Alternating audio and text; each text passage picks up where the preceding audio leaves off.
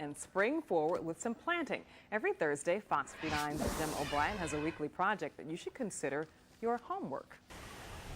Fall is in the air. You can certainly feel it here in central Indiana, and inevitably winter is not too far behind. And you know, with that comes obviously the first signs of winter is snowflakes and snow, and we don't want to think about that. Today we want to think spring, and joining us right now is Ellen Meyers Sharp with our Hoosier Gardener, and today we're doing spring bulbs. We are. In the fall. You do, and you plant them in the fall so that you can enjoy them in the spring.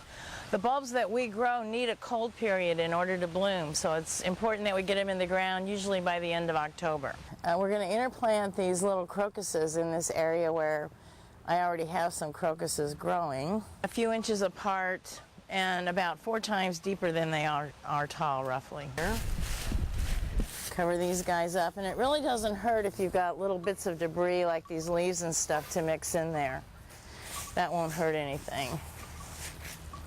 And then we give it just a little bit of a drink to kind of set it down, water it in,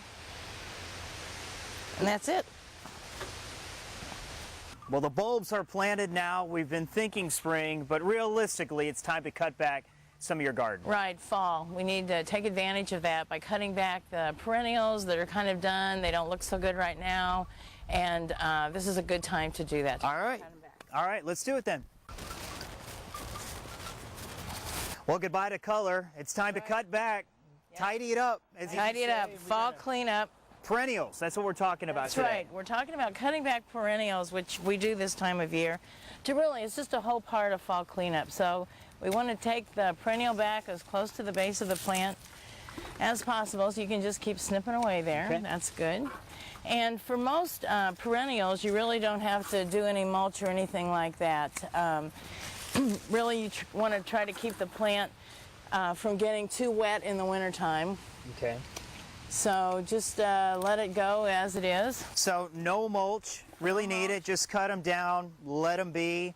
Any damage in the winter that can happen to these? Probably not. If anything, it could be heaved up out of the ground because of the freezing and thawing, but if it's been in the ground for a while, that shouldn't happen. Well, we've planted, we've cut back.